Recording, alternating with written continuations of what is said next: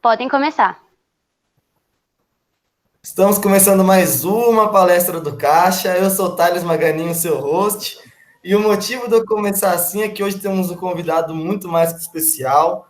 Estou aqui com o Thiago Freitas Hansen, ele que é graduado em Direito pela Universidade do Norte do Estado do Paraná, também graduado em História pela mesma instituição, mestre em Direito pela Universidade Federal do Paraná e doutor em Direito pela mesma instituição, onde hoje ele dá aula de Teoria do Direito. Boa noite, Thiago, tudo bem? Boa noite, pessoal. Muito obrigado pelo convite. É um prazer falar com vocês.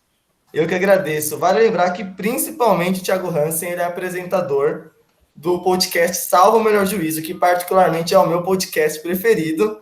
E se não é o seu, eu sugiro que você vá ouvir um pouquinho melhor, porque de fato é muito bom. Eu estou aqui também com o Dionísio, nosso presidente. Quer dar uma boa noite, Dionísio? Olá, boa noite, turma. Tudo bem? Muito feliz de participar de mais uma palestra do Centro Acadêmico. Obrigado pelo convite do pessoal. E o Salvo Melhor Juízo é meu podcast favorito também. Se você não conhece, fala com o Thales que ele te converte para isso.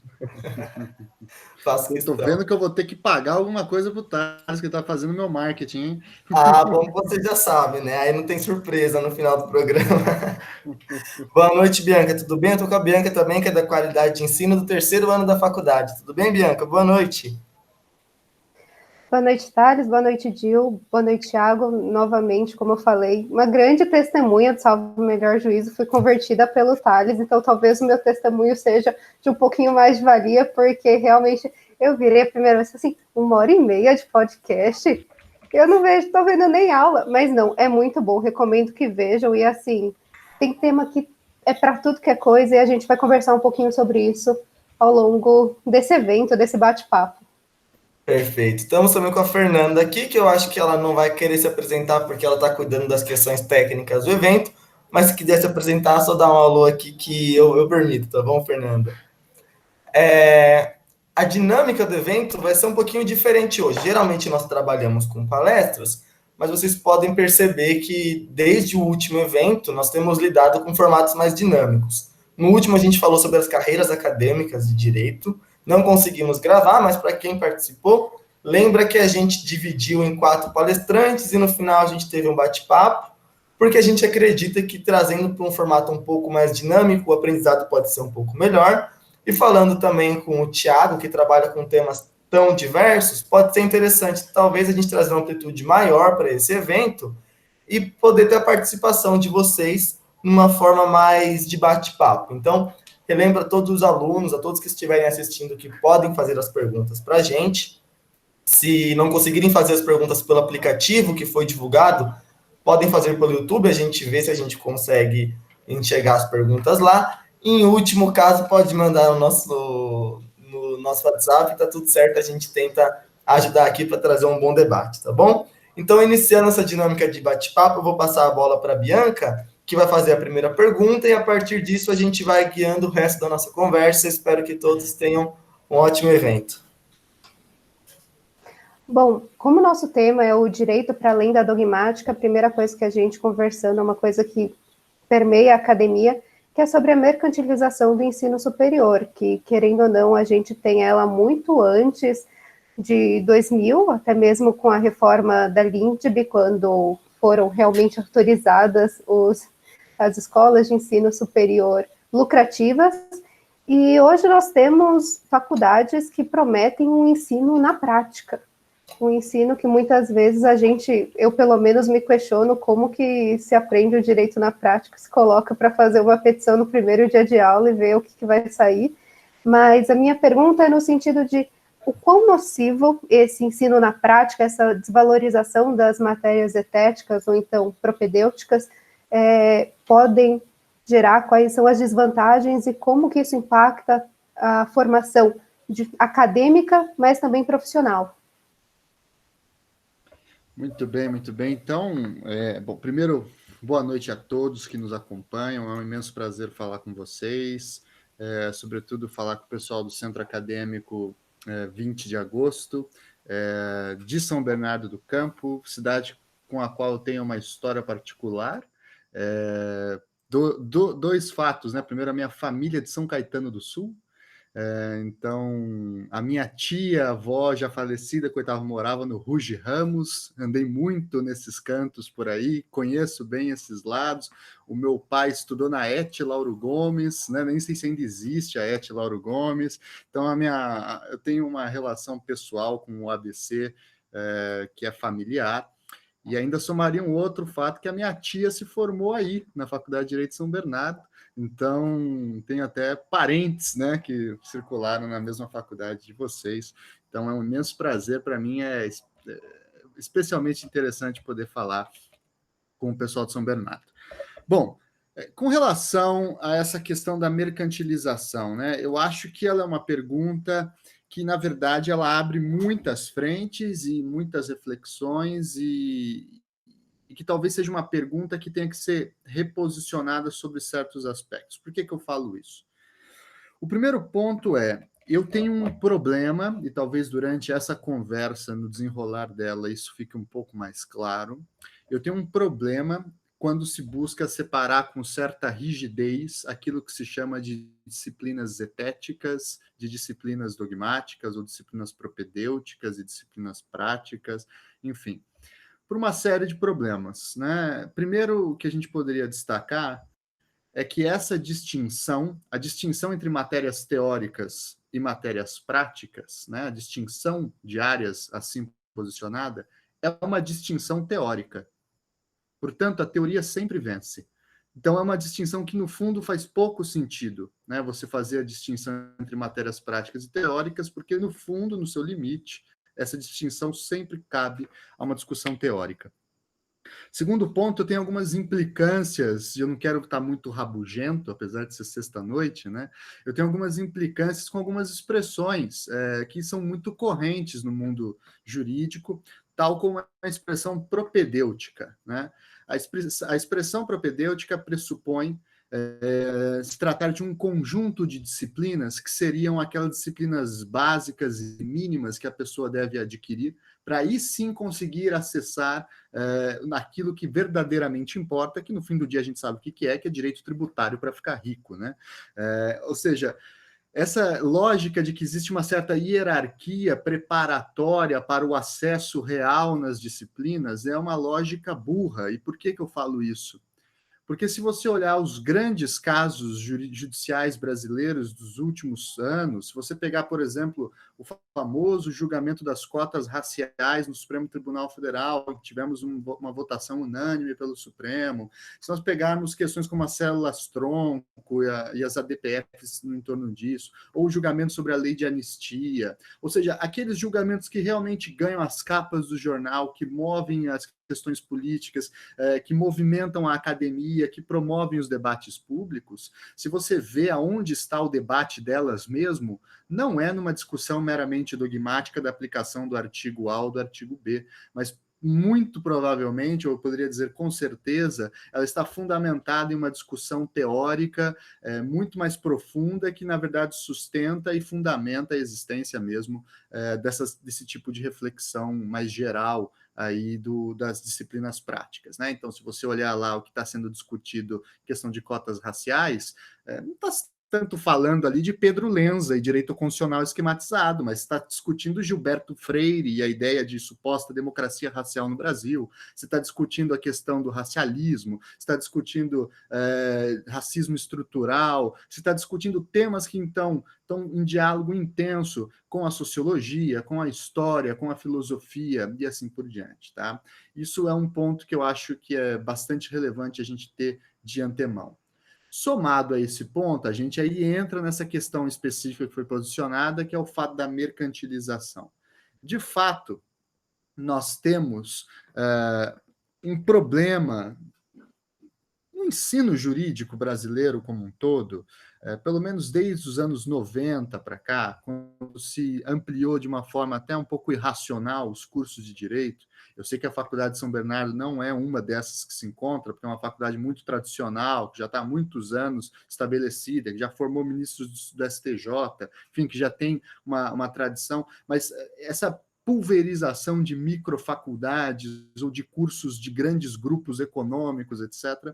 Isso acaba, na verdade, produzindo uma cultura da formação intelectual que, às vezes, está muito dialogada com uma ideia de coach, com uma ideia de alcance o sucesso, e que aí se tem uma certa ideia de que a formação acadêmica, a formação intelectual, ela deve ter imediatamente o seu objetivo focado na capacidade de gerar e movimentar o mercado, né? Ora, é óbvio que todo mundo que entra numa faculdade tem o objetivo de aprender uma profissão ou de minimamente adquirir os instrumentais ou ser apresentado aonde está o caminho pelo qual eu possa caminhar e descobrir como faço para aprender uma profissão. É óbvio isso, né? Só que a diferença entre um bom profissional e um mau profissional não está necessariamente no que ele aprende de forma mais imediata e prática, por um motivo muito simples, sobretudo se nós pensarmos no direito.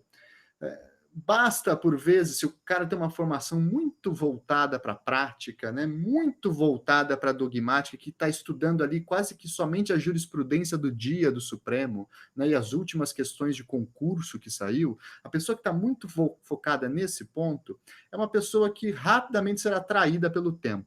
Por quê? Basta uma simples canetada de um legislador e bibliotecas inteiras vão ao lixo. Então, a diferença entre um bom jurista e um mau jurista é a capacidade que ele tem de movimentar os ferramentais que são eminentemente teóricos, como, por exemplo, conceitos tais como devido processo legal, princípio da legalidade, enfim, entre tantos, ampla defesa, propriedade. Esses são conceitos que não estão exatamente definidos de uma forma muito objetiva e prática na legislação. Aliás, eu diria até mais, eu desafio alguém a encontrar o conceito de propriedade no Código Civil.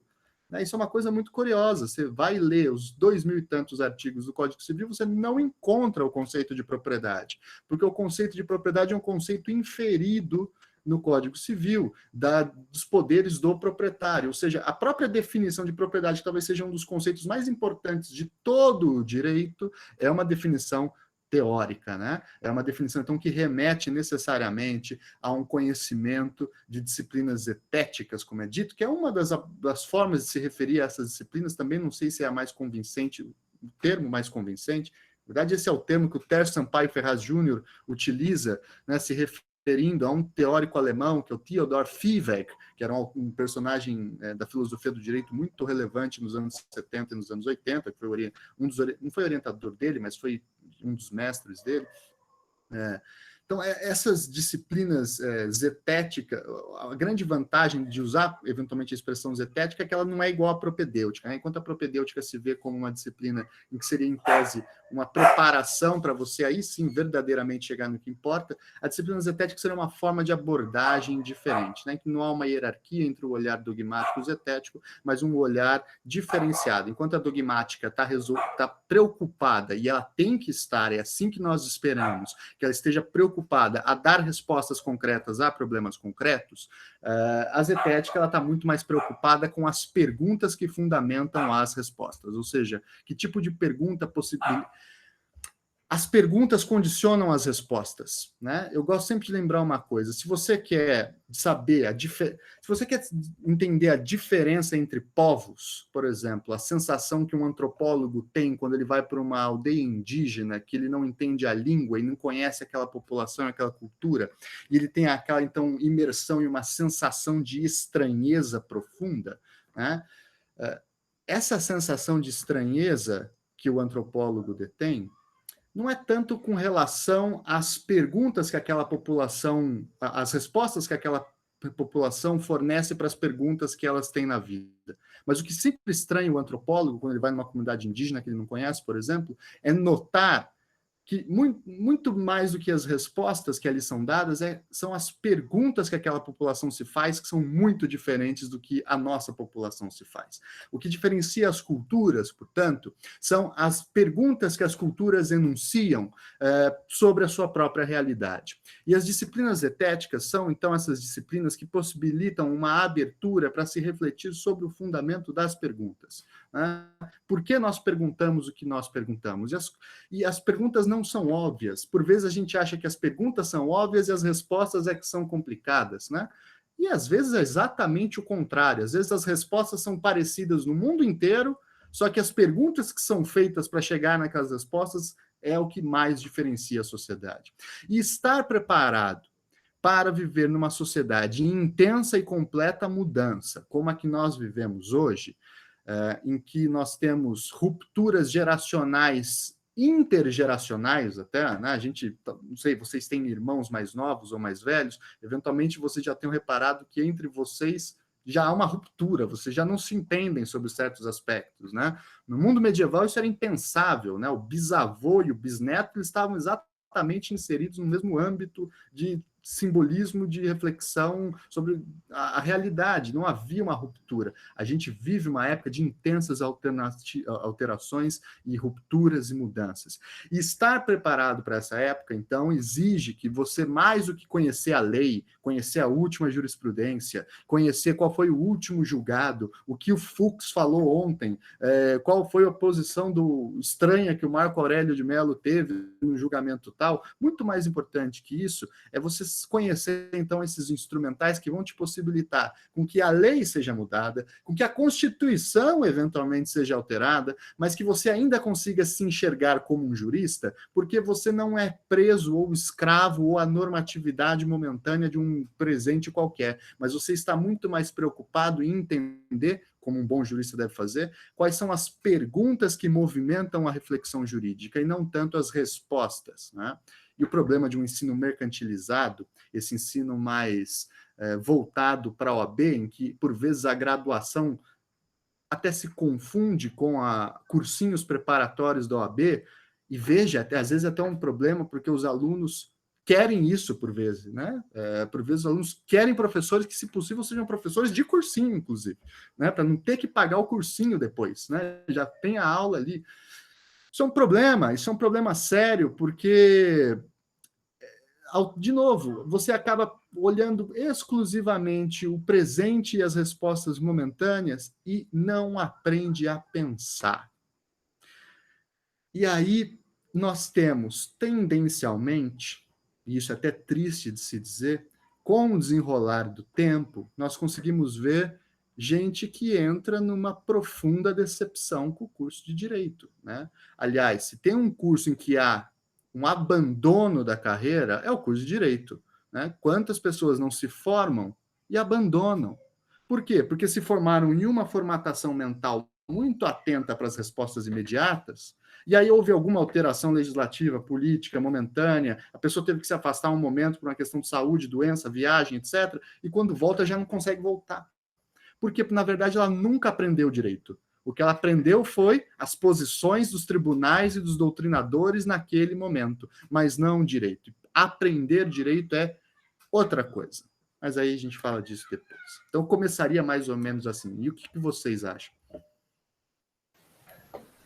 Eu não estava nem preparada para essa resposta, pai amado. Bom, eu não poderia concordar mais, o que na realidade é muito triste, porque muitas vezes professores que lecionam essas matérias etéticas, eles são vistos como só professores, porque muitas vezes até mesmo os alunos valorizam muito mais aqueles que são professores e têm um escritório, são professores e desembargadores, professores e juízes, enquanto na realidade, quando você de fato aprende e não decora ou qualquer coisa similar, o ensino ele é muito mais efetivo. Na realidade, há um ensino e não há, sei lá, o recital do Código Civil ou do Código Penal ou do que é que seja.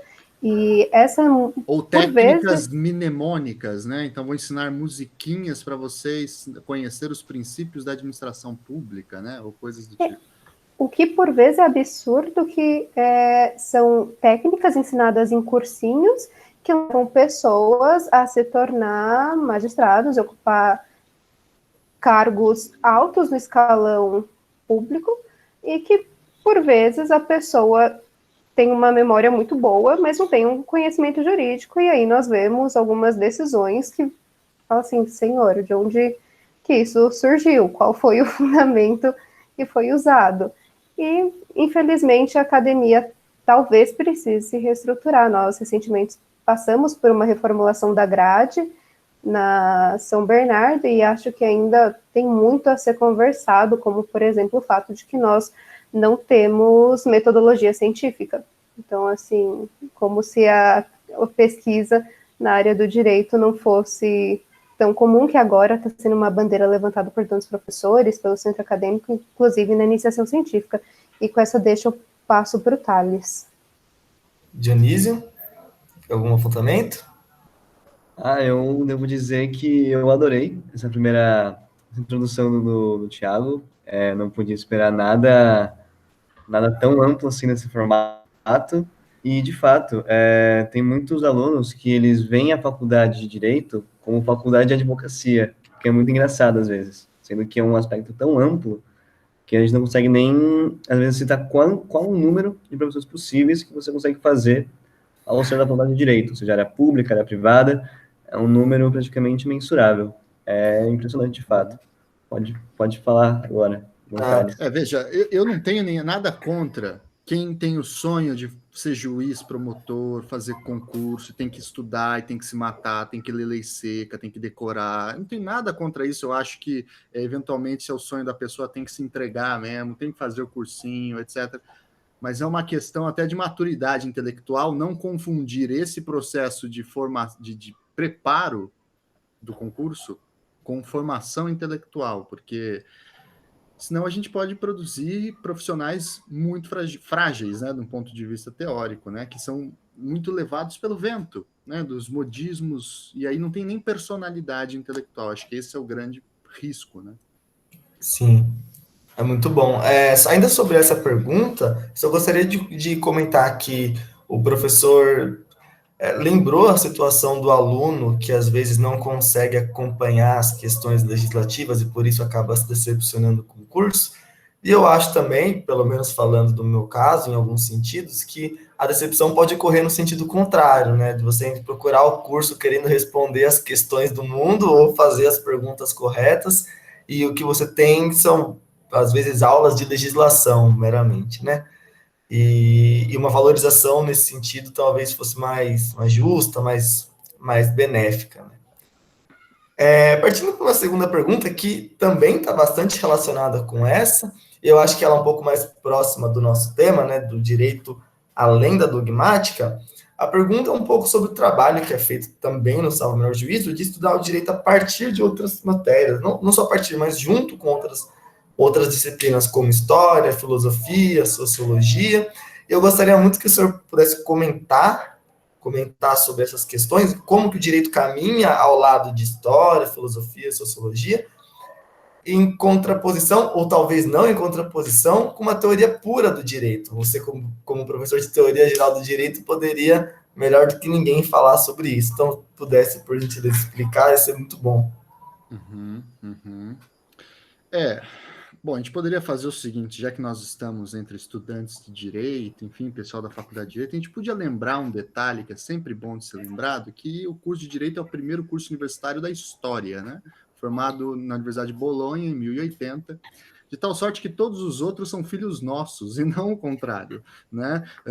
Eu sei que isso pode soar meio pedante ou coisa e tal, mas não nos esqueçamos, os sociólogos brasileiros do início do século XX eram todos juristas. Os filósofos não faziam faculdade de filosofia, eles faziam faculdade de direito, né? Mesma coisa para antropólogo, para, enfim, cientista político. Aliás, a ciência política, ela é filha do direito público, da ciência do direito público. O direito inventou a ciência política. Da mesma forma que o direito inventou a antropologia, né? Quando alguns juristas começaram a se perguntar como será que é as resoluções de conflitos entre populações primitivas, aspas. Né? Quando um jurista esquisito resolveu pensar isso, ele mal sabia que estava inventando uma nova área do saber.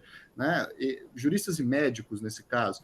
Então, assim, o direito, na verdade, ele tem uma questão epistemológica que é muito complicada, que é a seguinte: o direito ele é formalmente enquadrado hoje pela CAPES, né, na estrutura formal do ensino superior brasileiro, como uma ciência social aplicada, né, ao lado da administração, ao lado da economia, ao lado de algumas outras ciências sociais aplicadas. E qual que é a grande questão epistemológica que é complicada do direito? É que o direito, ele tem e tem que ter uma tendência prática. Tá? O direito não é uma reflexão meramente teórica. Se vocês pegarem a primeiríssima definição de direito ocidental, que nós temos mais ou menos estabilizada na nossa cultura jurídica, que foi dada por Celso no século I depois de Cristo, ele vai falar lá que o ius es ars boni ad equi, né? O ius mais ou menos traduzido por direito, porque não era exatamente direito, né? Mas o ius é a arte do bom e do eco, né? Da equidade. E ele usa esse termo arte, e isso pode causar uma estranheza, eventualmente, né? Porque parece que é um argumento meio riponga, né? O direito é uma arte, né? Uma coisa meio aérea, uma coisa meio do espaço da invenção e da criatividade. Não é bem nesse sentido que ele está querendo falar, não. Aqui a arte está mais próximo da ideia de artesania, de artesanato, de artefato, de algo que é prático, que é algo que você aprende a fazer. Arte, então, como uma sabedoria prática. E o direito, ele é encarado assim. O direito era entendido entre os romanos como uma coisa que você só aprendia fazendo e não lendo. Não era uma coisa teórica, que você lia grandes textos e depois ia resolver o mundo. Era uma espécie de prudência, de interpretação prudente da realidade, buscando sempre estabelecer critérios de decidibilidade que promovam segurança e estabilidade e previsibilidade nas relações sociais, e que, portanto, é sempre uma resposta a casos concretos e não uma resposta a casos abstratos. Então, o direito ele surge como uma área do conhecimento pretensamente autônoma frente à economia, à religião, à política, à sociedade, enfim, às outras esferas da sociabilidade, porque ele se via como uma arte, ou seja, um saber prático, em que você aprende fazendo e que, portanto, exige do indivíduo uma profunda interpretação da realidade. Isso é uma coisa que até hoje a gente não resolveu. Por quê? Porque a transição entre a compreensão abstrata e teórica do direito e a sua realização prática, essa transição, ela é um fosso epistemológico, né? Ela não acontece de forma pacífica, né? Eu gosto de brincar, usando uma referência, mais ou menos, que o direito está para a sociologia, por exemplo, ou para a filosofia, mas para a sociologia, da mesma forma que a engenharia está para a física, né? Ou seja, um bom engenheiro tem que conhecer física, né? Um bom engenheiro tem que conhecer matemática, um bom engenheiro tem que saber as regras básicas da lógica física e da lógica matemática, senão o prédio cai. Só que ele não está lá tão preocupado em conhecer as minúcias dos detalhes da estrutura formal da equação. A preocupação dele é saber se o prédio vai ficar de pé, né? Então, o direito também tem um pouco essa compreensão. Ele tem o dever de interpretar a sociedade. Mas, mais do que interpretar a sociedade, tem um determinado momento do raciocínio jurídico, do legal reasoning, como se diz, em que ele deve avançar para além da interpretação, para além da descrição da realidade e promover uma proposta de prescrição da realidade, ou seja, de alteração da realidade, de promoção de certos valores. E isso é complicado, você ainda mais falar isso sob um ponto de vista científico, porque você está extravasando o ser e o dever ser, enfim, tem um salto lógico aqui, existe toda uma questão nesse sentido. Então, eu iniciaria essa conversa mais ou menos assim, que nós temos que lembrar sempre que o direito é um saber prático, e sendo saber prático, ele meio que indiretamente inventa os outros saberes, como a sociologia, a ciência política, para assessorá-lo, né? É claro que se você fala isso numa faculdade de sociologia, o pessoal fica escandalizado, porque lá vem os juristas metidos de novo, arrogantes e coisa e tal. Mas como eu sou formado em história, já andei com muito riponga nessa vida, eu posso falar essas coisas que ninguém me ataca, né? Que é isso mesmo. No fim das contas, o direito ele tem essa potencialidade de usar essas outras disciplinas como disciplinas que atuam conjuntamente com a reflexão jurídica para descrever a realidade. Tá? Então, esse é um primeiro ponto. Um segundo ponto que eu adicionaria com relação a esse debate sobre a relevância de algumas disciplinas circundantes do direito, né, como disciplinas de história do direito, sociologia jurídica, teoria do direito, filosofia do direito, é que nós temos que entender qual é a posição delas na compreensão do fenômeno jurídico, né?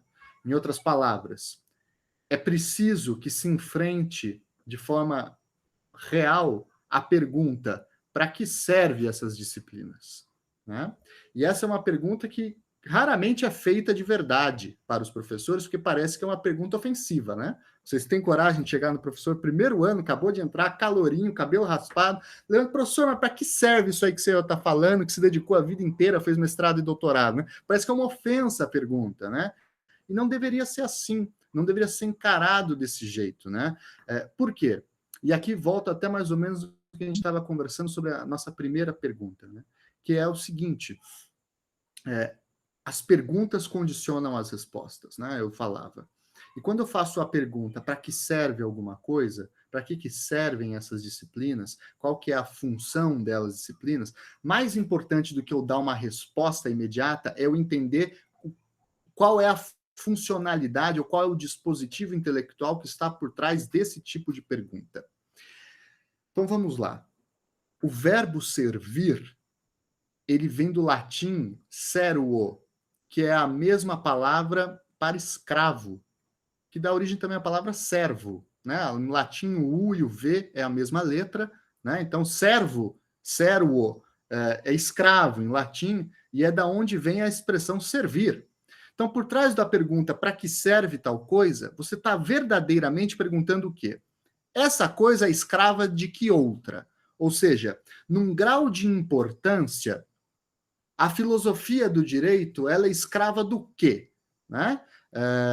E aí nós temos que entender que esse dispositivo, esse tipo de pergunta que eu falava, condiciona, por vezes, a resposta, e nesse caso, ela pode gerar uma resposta falsa. Por quê? Porque essas disciplinas propedêuticas, etéticas, formativas, da humanística, seja lá o nome que se queira atribuir a esse conjunto de disciplinas, elas não têm que servir para algo, né? E assim que seja, é bom que assim seja, né? Ninguém fala, por exemplo, que o cinema tem que servir para alguma coisa, que a arte tem que servir para alguma coisa, que a filosofia tem que servir para alguma coisa, né? Não tem que servir porque ela não tem que ser escrava imediatista de uma outra área do conhecimento, que essa sim é a importante, que por vezes é a economia, né? Que é a resposta obscura. Porque por trás da pergunta para que serve, você quer, na verdade, perguntar para o professor é o seguinte: eu vou ganhar dinheiro com isso?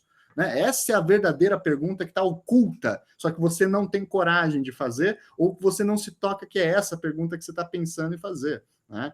Então, essas disciplinas são boas porque elas não são escravas de ninguém. E ao não serem disciplinas escravas de ninguém, elas nos dá a possibilidade de que nós possamos dar um passo atrás ou um passo acima, eventualmente, no turbilhão de mudanças que estão na realidade que nos cerca, em que a gente, por vezes, tem pensamentos muito automatizados, muito mecânicos, que a gente só repete e pouco reflete sobre o que está fazendo. Essas disciplinas são um respiro de liberdade em que a gente pode dar um passo atrás e reavaliar as nossas próprias condutas, reavaliar as nossas próprias perguntas, o que nós estamos fazendo, se faz sentido o que nós estamos fazendo. Então, essas disciplinas não são disciplinas que vocês devem, com muita força e paciência, superá-las no primeiro ano, para ir depois, finalmente, agora eu vou estudar direito penal, né? Vou estudar contratos, vou estudar administrativo, porque bom mesmo é estudar a diferença entre regulamento, portaria, né? Isso que é interessante, né? Ora, essas disciplinas, portanto, são disciplinas que, na verdade, elas são grandes ferramentas ou mecanismos ou critérios que nos possibilitam a olhar para essas outras disciplinas e realizar a crítica delas. E aqui a crítica no bom sentido. Crítica não é nem nunca foi falar mal de algo, né? crítica é submeter uma realidade a um estrito critério de racionalidade, né? Ou seja, submeter a sua realidade à razão e ver se ela faz sentido, se você não está agindo de forma irracional, meramente por impulso, por comodismo, por tradição, porque seu pai mandou. Né? Então, essas disciplinas dão essa possibilidade de verdadeiramente de libertar a mente do presente, olhando para o passado, por exemplo, na história, ou pensando no futuro, eventualmente pensando na filosofia, ou olhando para espaços diferentes, para outras sociedades, como é o caso da antropologia e da sociologia, para que aí no contraste nós possamos saber quem nós somos pela diferença daquilo que nós não somos.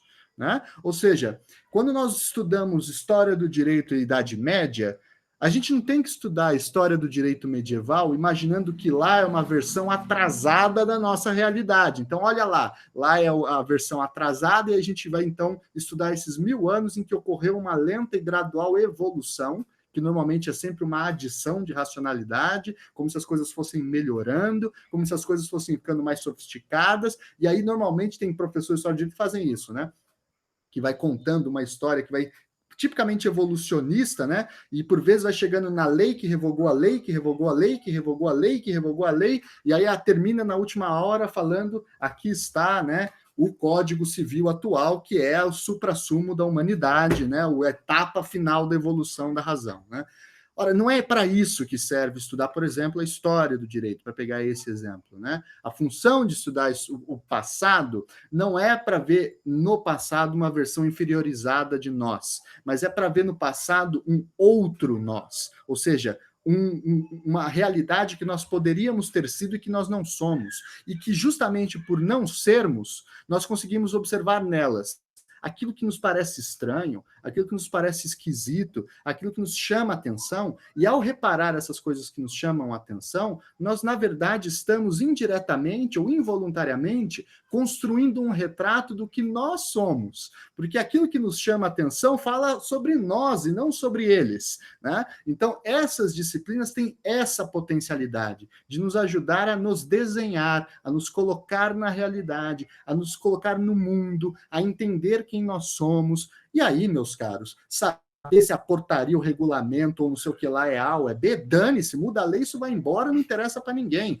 Agora, quem nós somos, de onde nós fomos, o que nos move, isso daí é muito mais perene, isso constitui a nossa cultura, isso constitui a nossa cidadania. Então, essas disciplinas não são, repito, disciplinas que você deve superar no primeiro ano para chegar nas verdadeiras, mas são disciplinas que você deve aprender no primeiro ano para utilizá-las como grandes ferramentas, uma grande caixa de ferramentas, em que vocês vão submeter essas outras pecinhas, que essas sim servem a alguma coisa, né? Ou seja, são servas de alguma coisa, são escravas de alguma processo civil. Desculpa, eu sei que tem processualista que fala que é uma ciência autônoma, coisa e tal. Coisa nenhuma, é serventia imediatista para a resolução prática de conflitos. E tem que ser assim, não é para não ser assim. Seria horroroso se processualista começasse a fazer filosofia dos anjos. Eu não quero que ele fale isso. Eu quero que ele me ajude a contar o prazo. Eu quero que ele me explique qual que é a petição que eu tenho que entrar, qual que é o recurso específico, qual que é a medida, porque eu quero resolver o caso concreto. Se essa medida ela faz sentido na nossa sociabilidade, isso eu olho externamente, isso eu olho não na hora que eu estou no fórum, isso eu olho em casa, refletindo, estudando, fazendo aquilo que o Immanuel Kant chamava de uso público da razão, né? Ou seja, a capacidade de submeter toda a sua realidade a critérios racionais e só aceitar aquilo que te aparece como racional. Isso no uso público, nos espaços do debate. E na hora que você tem que usar aquilo que ele chama de uso privado da razão, leia-se, quando você é um juiz e você tem a obrigação de julgar, Eu não quero que o juiz fale a opinião filosófica dele sobre o caso X. Eu quero que o juiz aplique a norma que ele está obrigado a aplicar. Se ele é contrário àquela norma, azar o dele, né? Vai lá, escreve um artigo, um livro xingando a norma, faz lobby no Congresso, dá um jeito de mudar a norma, mas eu não me interesso pela opinião do juiz. Eu quero só que ele aplique a norma, né? Que ele faça a função dele. Ou seja, essa distinção em uso público e uso privado da razão ajuda também, eventualmente, a compreender a potencialidade imensa que essas disciplinas adjacentes ao direito possuem, né? Ou seja, repito, possibilitar a crítica, no bom sentido, do nosso presente. E, a partir de então, conseguir imaginar futuros e rotas para a nossa sociedade que parecem ser mais lógicas, mais racionais, moralmente mais aceitáveis, mais democráticas, mais plurais, e assim por diante. E você não vai achar nada disso lendo o Código Tributário Nacional, mas você vai achar isso lendo Kant, você vai achar isso lendo Norberto Bobbio, e repito, aí volta de novo a primeira pergunta. E aí, no fim do dia, quando as verdadeiras perguntas são colocadas lá no Supremo Tribunal Federal, o Supremo Tribunal Federal não vai ler o Código Tributário Nacional, ele pode até citar como seu fundamento imediatista, mas ele vai retirar a sua reflexão e a sua racionalidade, ele vai retirar o seu argumento da onde? De Kant, de Bobbio, daqueles autores que, aspas, não servem a nada, né? Ou seja, felizmente não servem a nada, porque eles estão aí para nos guiar e nos ajudar a pensar o futuro, e não para ser escravos do presente. Então, falaria mais ou menos nesse sentido. É incrível. Eu queria também complementar que na faculdade, no primeiro ano mesmo, a gente tem aula de direito romano, né? Acho que alguém até citou nos comentários aqui. E é bem curioso que, de fato, não é como se fosse uma evolução teórica para chegar no Código Civil atual. É como se fosse, ele colocasse, né, algumas leis costumeiras de Roma, de fato, e quando você vai ver o Código Civil, não só é similar, porque, bom, querendo ou não, a gente está diretamente conectado ao Império Romano nesse sentido, mas também é como se fosse uma revisão do que é dito, porque a gente tem um sistema de leis, que já foi dito, né, e parece que ele só complementa, como se fosse, não sei, acorde de uma melodia, e depois a gente só trocou a música, mas o Ré Mi Fá é o mesmo ainda. É bem peculiar isso, o pessoal usa esse tipo de referência. Mas eu colocaria uns poréns nisso aí, Dionísio, pelo seguinte. Vamos lá. O que é direito romano? Né? Aqui a gente tem que começar a tomar alguns cuidados. Direito romano, de verdade, eu conheço pouquíssima gente que conhece e que estuda. Mas eu conheço muita gente que se dedicou ou estudou uma outra coisa, que é a chamada tradição romanista. Tá? E o que é a tradição romanista? Bom, vamos lembrar o seguinte. Roma, ela é, vamos lá, formalmente, digamos, pegar aí aquilo que é mais ou menos pacífico, ela teria sua origem lá no século VII a.C., né? E teria sua decadência no século V depois de Cristo, certo? Então a gente está falando de 1.200 anos de uma sociedade que chegou a ser um sítio no fim do mundo, que era a Península Itálica, né? Quando Roma surge, o centro político, econômico, social e militar do mundo era a Pérsia, né? E Roma era literalmente o fim do mundo, era o Acre do mundo da antiguidade, não tinha relevância nenhuma. E com o passar do tempo, Roma sai daquele lugar e vira o maior império do mundo, e depois desaparece também. E fica todo fraturado, e a gente eventualmente tem até alguns impérios romanos. O que eu quero dizer com isso?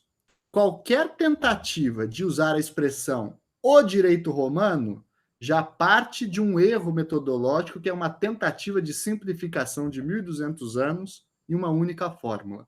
Por quê? Porque o que normalmente se chama de direito romano, quando se estuda lá o digesto, né, quando se estuda aqueles documentos, é, na verdade, o estudo de um conjunto de documentos que foi produzido no século V depois de Cristo, chamado Corpus Juris Civilis, né? O corpo do direito civil. O que é o Corpus Juris Civilis? O Corpus Juris Civilis foi... A história dele é muito curiosa. Nós estamos em Constantinopla. Constantinopla é a atual Istambul, na Turquia, né? E o Império Romano do Ocidente, Roma, no século V, já tinha caído. Já estava sob o controle dos lombardos, invasões visigodas, godas, ostrogodas, tudo quanto é população. E esse imperador do Império Romano do Oriente, inclusive, falava grego, sabia latim, mas o seu idioma era grego, esse sujeito, chamado Justiniano I, ele reúne um grupo de burocratas, né, entre eles um em especial chamado Triboniano, e fala assim, olha, meu caro, o bicho está pegando lá do outro lado do mar e Roma está caindo. A gente tem que dar um jeito de salvar a memória do antigo Império Romano. E Justiniano, inclusive, tenta invadir a Península Itálica, chega a ocupar lá um tempo, não fica muito, depois tem que recuar. E nesse meio tempo ele chama esse Triboniano e fala assim, eu quero que você circule pelas fronteiras do Império, e aqui ele fala, ele está pensando no Império Romano do Oriente, ou seja, onde hoje é a Turquia, Palestina, mais ou menos essa região, circule por essas regiões e colete tudo que você encontrar sobre esse tal ritual que os nossos antepassados tinham, que é o tal do ius. Arrumem tudo que vocês verem escrito que usar essa palavra, peguem e tragam para cá. E depois foram lá, trouxeram aquela monte de documentação, todas que estavam no Império Romano do Oriente, juntaram, ficaram 5 anos lendo aquilo, e começaram a separar o joio do trigo. Né? Falar, isso aqui é interessante, isso aqui não é interessante. E começaram a produzir um novo texto. Por exemplo, o Digesto, não sei se vocês sabem disso, mas o Digesto é uma coleção de citações de juristas romanos. E como é que ele foi desenvolvido, o Digesto? O Digesto foi desenvolvido da seguinte forma, se encontrou várias fórmulas, fragmentos de antigos juristas e pequenos textos, e aí Triboniano e sua equipe começou a juntar citações de um jurista, depois colocava outra, depois colocava de outro jurista, depois colocava uma outra citação, e aí ele ia juntando várias frases de juristas diferentes e depois formava um texto. Dá para entender o que eu estou falando? Imagina vocês pegam 5 livros, vocês pegam uma frase de cada livro e formam um 6º livro, né? Foi isso que fizeram, por exemplo, com o Digesto, que é um dos livros do Corpus Juris Civilis, que, repito, foi feito em Constantinopla, no século V depois de Cristo, inicialmente pensado para ser escrito em grego e não em latim, e que teve uma função de juntar aquela documentação e ficar ali guardadinha.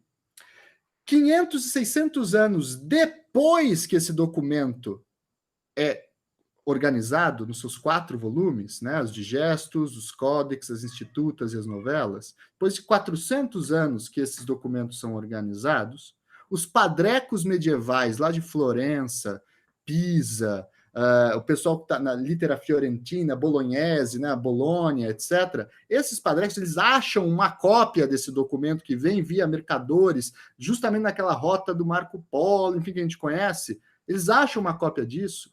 E como eles eram completamente ignorantes em história, eles achavam que aquilo era o direito romano, que aquilo, na verdade, era um documento fixo e definitivo do que tinha sido o direito romano.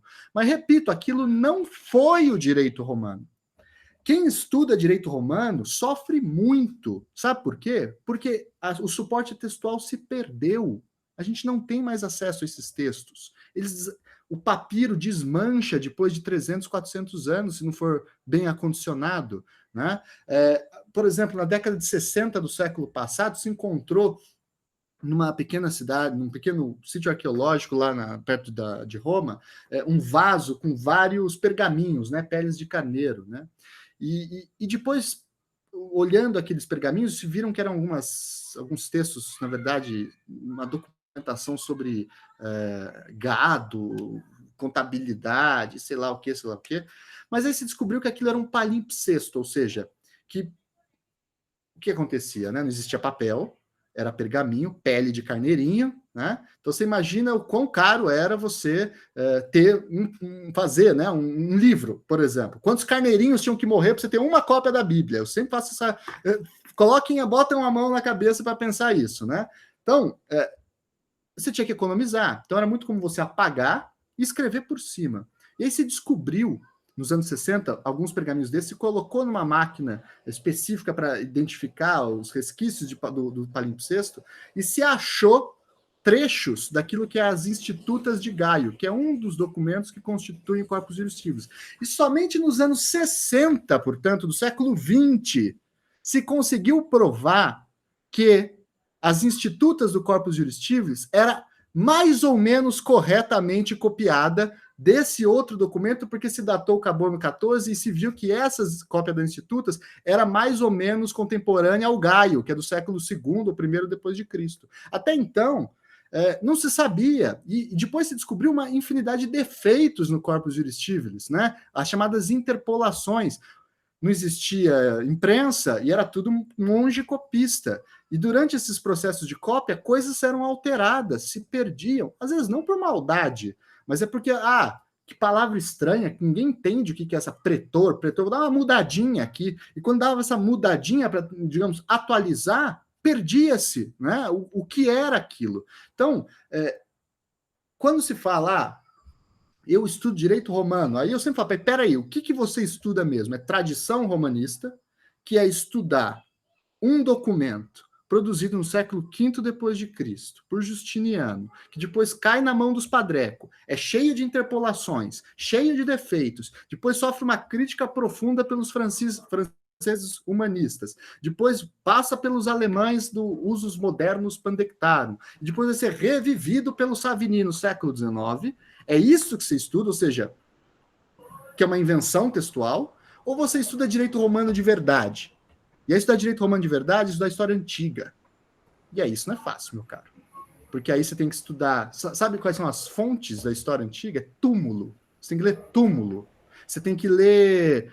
tentar, por exemplo, a partir de técnicas de genealogia histórica da língua latina, imaginar o que poderia estar escrito num documento, corrigindo depois das interpolações que foram alteradas pelos padres. Foi assim que se descobriu, por exemplo, uma curiosidade que eu acho incrível, sobre a Lei das 12 Tábuas, né?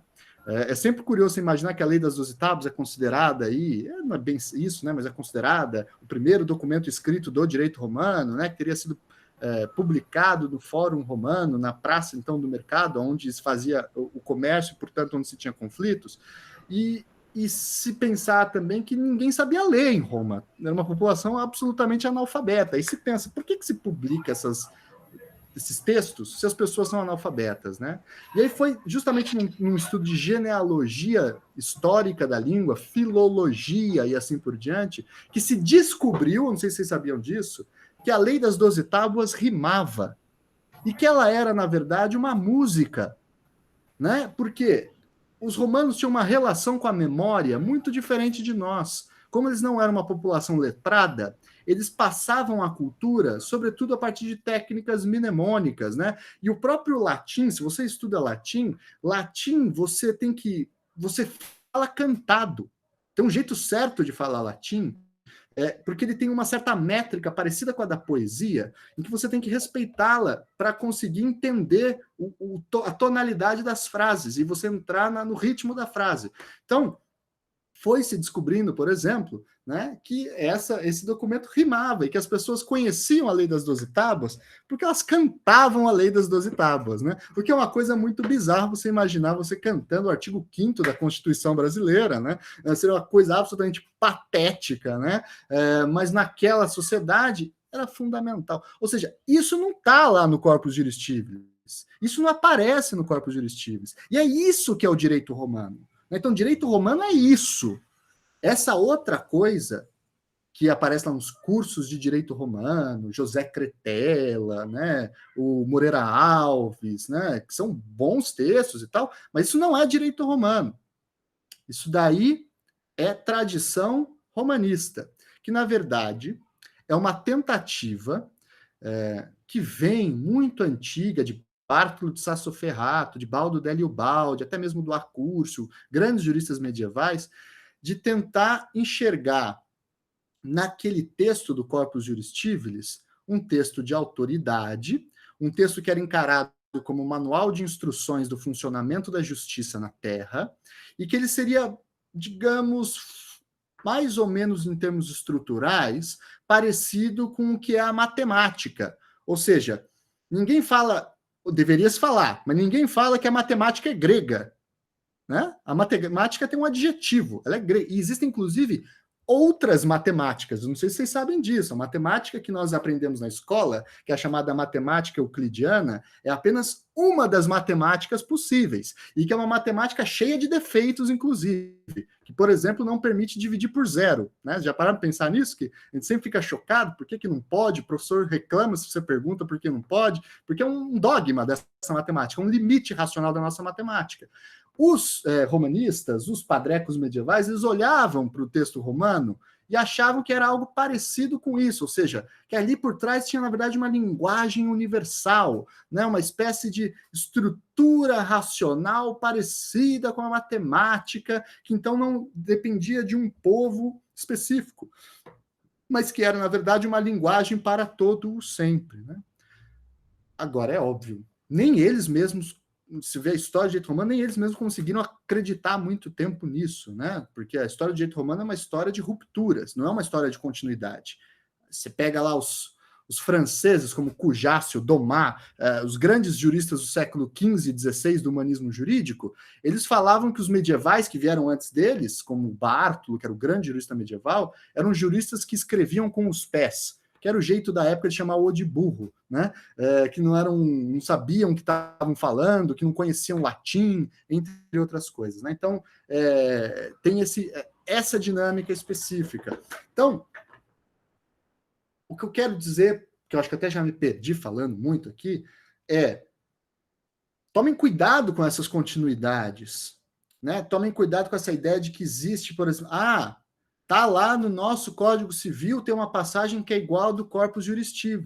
É verdade, as palavras se repetem, só que o que não se repete são os sentidos das palavras, né? Porque ninguém gosta de lembrar, por exemplo, que família entre os romanos era um conjunto de bens. Então, membro da família era o porco, a vaca, os escravos, os clientes, os túmulos dos seus mortos, os ungüentos e os perfumes que você usava nas festas, as estátuas que você tinha dentro da tua casa, isso é família, né? Hoje a gente tem dificuldade de conceber família de pessoas do mesmo sexo, né? Olha o quão careta nós somos. Os romanos era porco e galinha da família, né? Ou seja, é para ter um pouco essa ideia de que não caiamos com muita facilidade nessa ideia de que porque algumas palavras se repetem, que o sentido delas repetem, porque a gente cai em armadilhas, a gente cai em anacronismo, que é um erro primário da reflexão teórica sobre uma área de conhecimento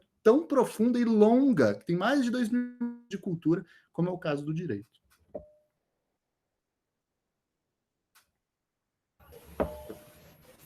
Perfeito. Eu acredito que os alunos do primeiro ano que estão tendo agora a matéria de direito romano devem estar assim, com os neurônios correndo um para o lado para o outro, sem saber mais o que eu estou fazendo na faculdade. Fiquei aqui faz 6 meses, 9 meses, e estou estudando a matéria errada, estou achando que estou estudando uma coisa, estou estudando outra. A caixa de e-mail do nosso professor Elcio vai bombar daqui a pouco, né? Pai amado, como se ele já não tivesse muita coisa. E dado para o aluno também. Bom, nesse sentido, tem uma frase que é muito repetida nos cursos, que ubi societas, ubi jus. E no Salvo Melhor Juízo, vocês exploram o direito em suas mais diversas facetas, vai do cristianismo ao PCC, ao Comando Vermelho, e eu gostaria que você desse um pouquinho a respeito de como o direito muitas vezes está em lugares que a gente sequer imagina, e também, se pudesse, falar um pouquinho como é o recorte temático para o Salvo Melhor Juízo. Muito bem.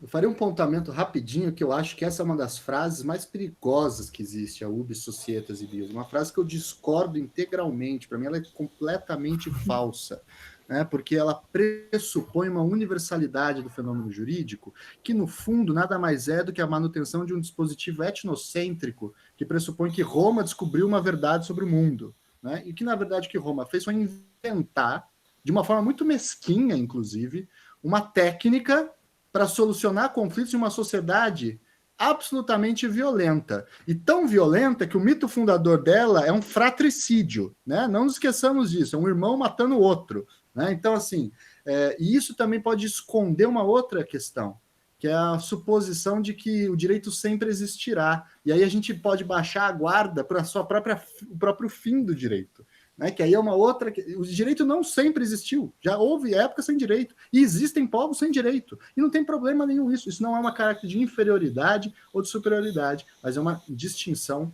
cultural. Tá? Então aqui eu colocaria primeiro esse ponto.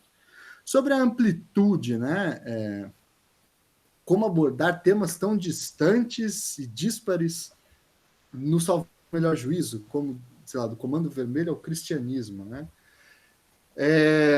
Eu não sei, viu? É uma pergunta difícil essa. Eu não sei se já tinham me feito essa pergunta. Como é que você faz isso? Olha, eu, na verdade, assim, algumas pessoas me perguntam, né? Como é que você escolhe os temas? Qual que é os critérios para escolher os temas? É um critério tão besta, gente. É assim, eu penso, será que vai ficar legal? Né? É exatamente isso, né? E como eu venho da história, eu tenho essa tendência a olhar as coisas um pouco mais sobre a perspectiva diacrônica, né, entre o antes e o depois, etc. E isso eventualmente facilita com que a gente possa fazer conexões que antes não são tão óbvias, né? E mostrar, por vezes, como que o direito se relaciona com outras áreas da cultura, outras áreas do saber, e assim por diante. Então, assim, de fato, a gente, no Salvo Melhor Juízo, faz programas de tudo quanto é tipo e de tudo quanto é área, em que eu tento, em alguma medida, nem sempre consigo, mas eu me esforço, colocar o direito mais ou menos como uma linha mestra que serve de guia, né, para as questões.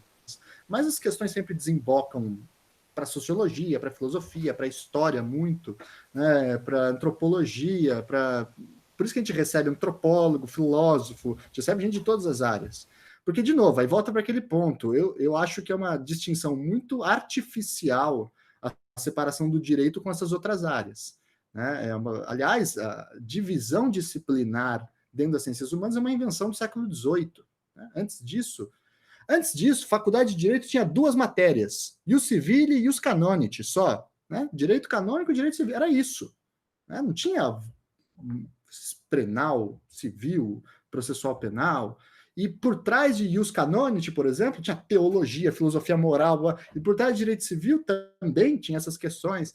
Então, eu acho que a primeira coisa que eu faço é, de uma forma meio anárquica, negar as caixinhas disciplinares. Né? Então, acho que esse é o primeiro ponto. Nega as caixinhas disciplinares para depois recompô-las, porque elas têm a sua função também, que é sistematizar o conhecimento, dar maior coerência, dar maior estabilidade, e assim por diante. Né? Então, não sei, eu acho que seria mais ou menos nesse caminho, sabe?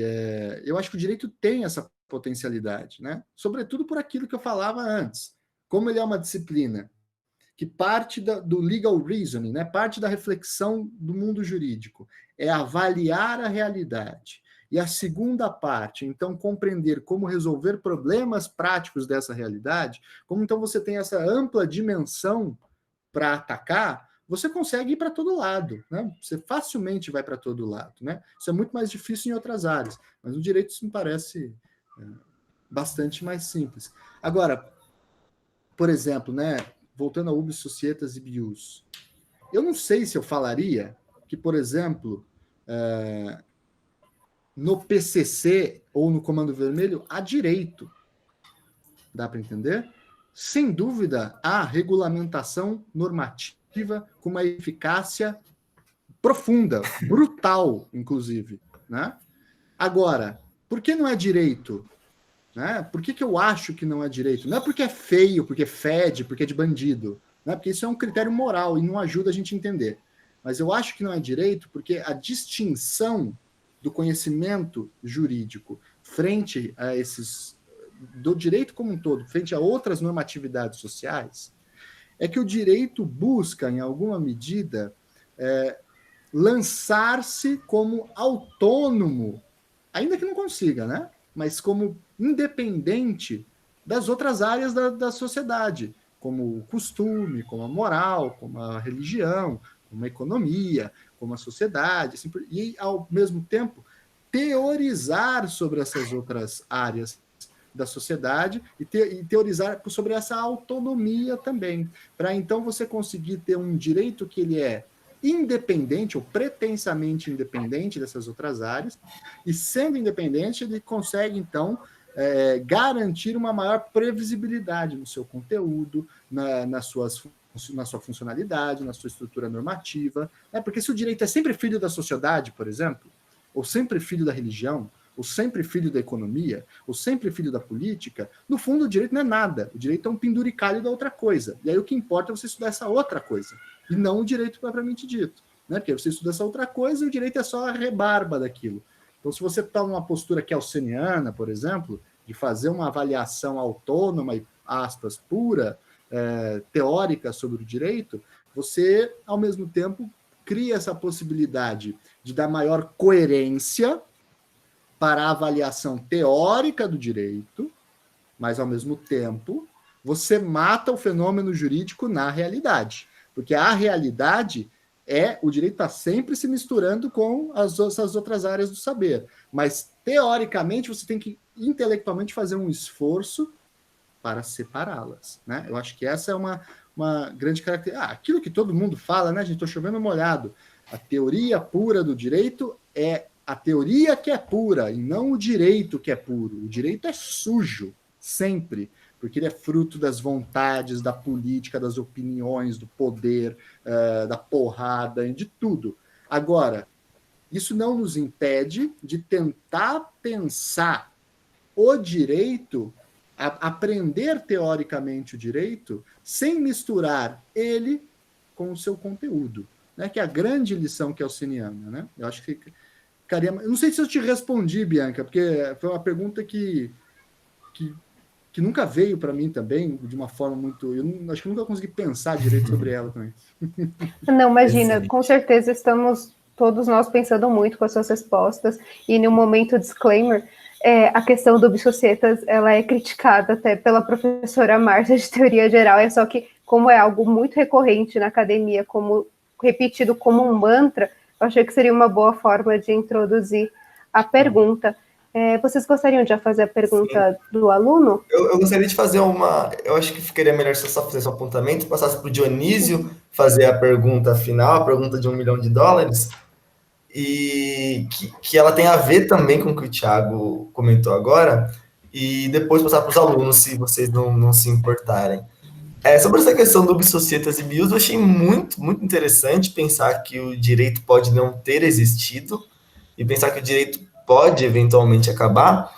E são coisas que às vezes a gente esquece, né? E aí eu lembrei de um teórico que particularmente eu gosto muito, não fazendo juízo de valor, mas tal como eu sou testemunha de Thiago Hansen, eu também sou testemunha de Pachucanes, né? E Pachucanes defende que o direito, por exemplo, ele não sei se nesse mesmo sentido da palavra direito, mas que o direito é basicamente uma questão de superestrutura, uma expressão formal do capitalismo, e que o ideal para construir uma sociedade socialista ou uma sociedade ideal do proletariado seria a extinção do direito como conhecemos hoje, uma completa ruptura com a realidade formal que temos para a construção posterior de um direito do proletariado.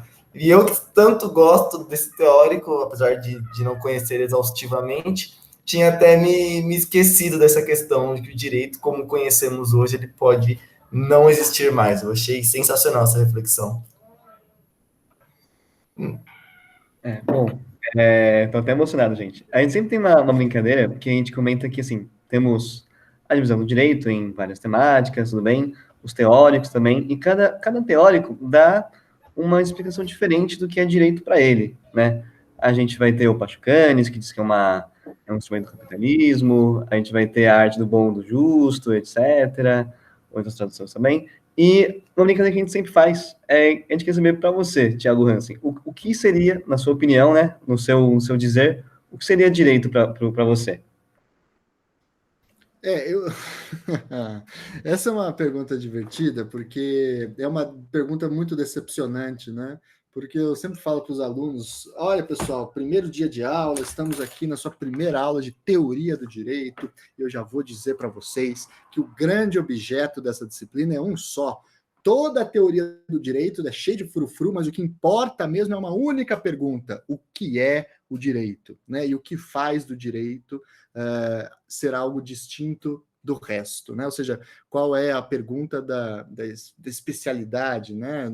Qual que é a questão da unidade do direito? Qual que é a sua distinção específica no mundo, né? Qual que é o critério que o distingue de tudo, né?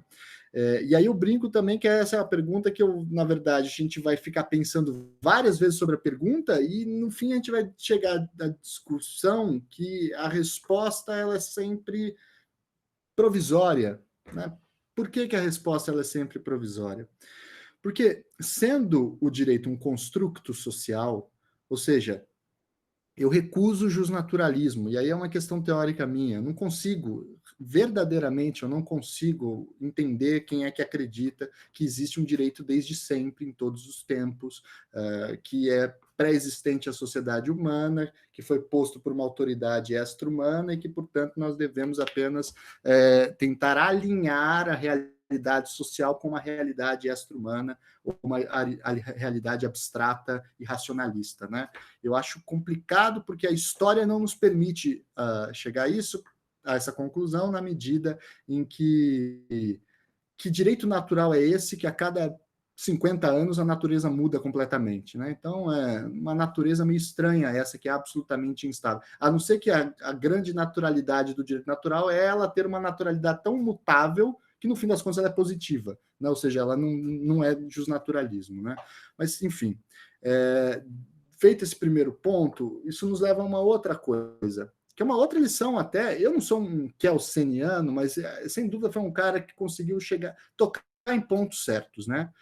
O Kelsen falava no prefácio A Teoria Pura do Direito, o primeiro prefácio, que eu acho incrível, ele falava assim: olha, quando eu escrevi esse livro, me chamaram de liberal, me chamaram de fascista e me chamaram de comunista. Se eu desagradei todo mundo, é porque eu devo ter feito alguma coisa certa, né? Algum ponto eu realmente apertei ali, né? E eu acho que ali ele apertou mesmo em que sentido? A postura relativista dele, né?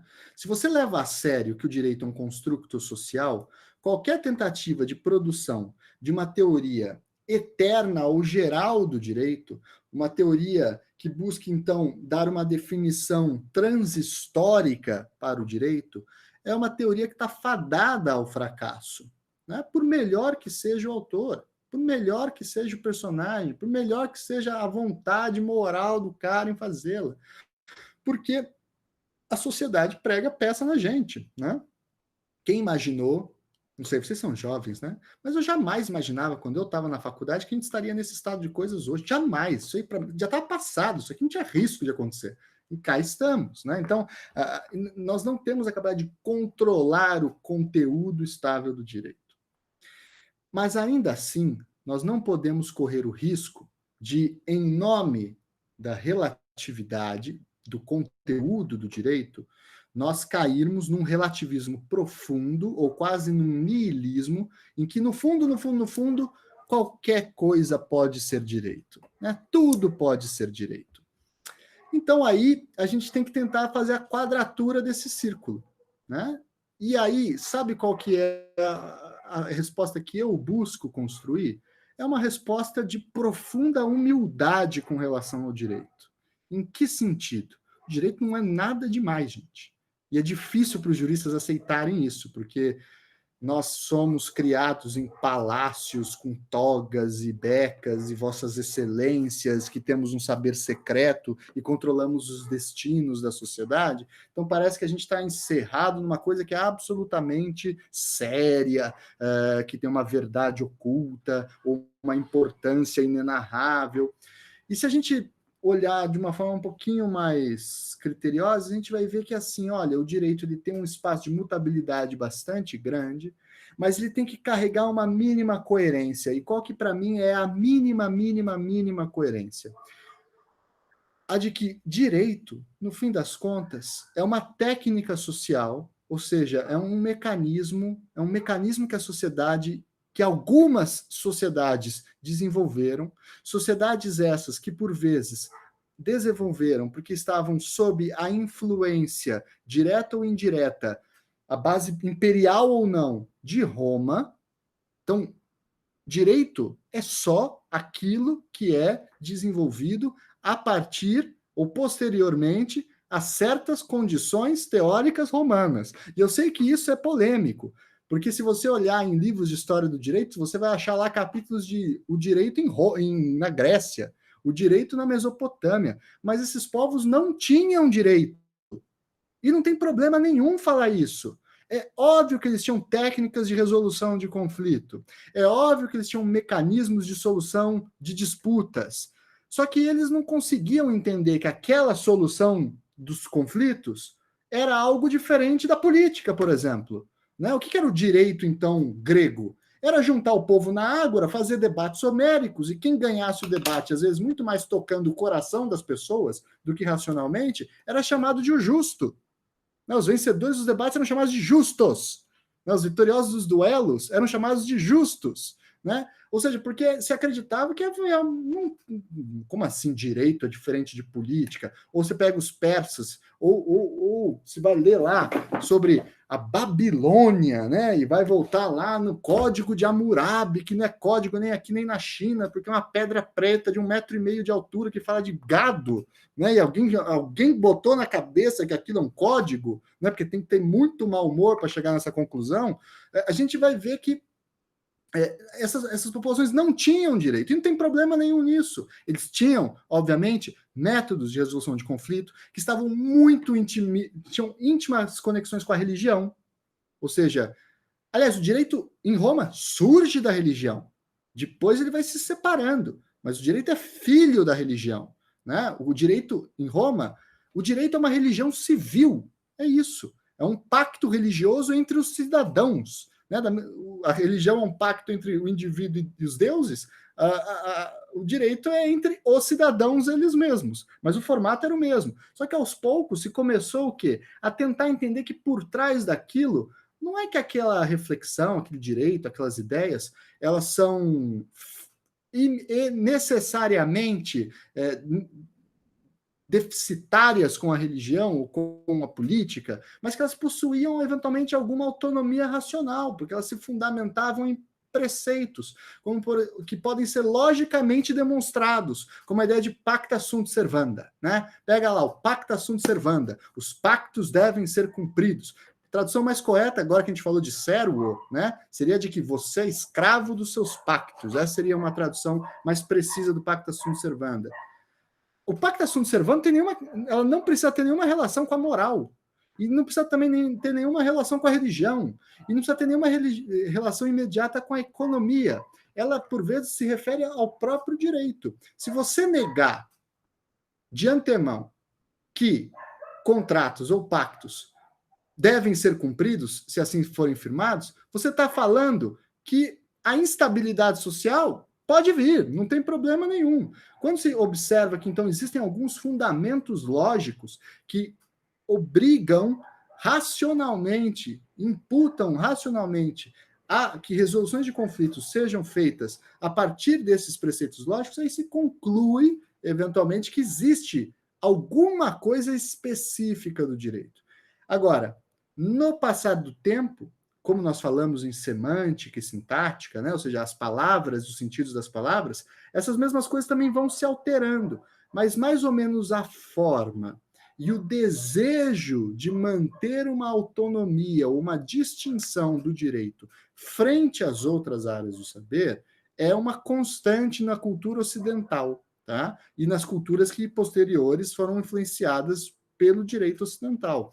Então, o que é o direito? É uma técnica social específica, ocidental, inventada em Roma, posteriormente refletida por padrecos medievais em Bolonha, distribuída pela Igreja Católica aos seus fiéis, repensada pelos protestantes posteriormente, e assim vai. Então, a resposta à pergunta, o que é o direito, na verdade, eu dou durante o curso.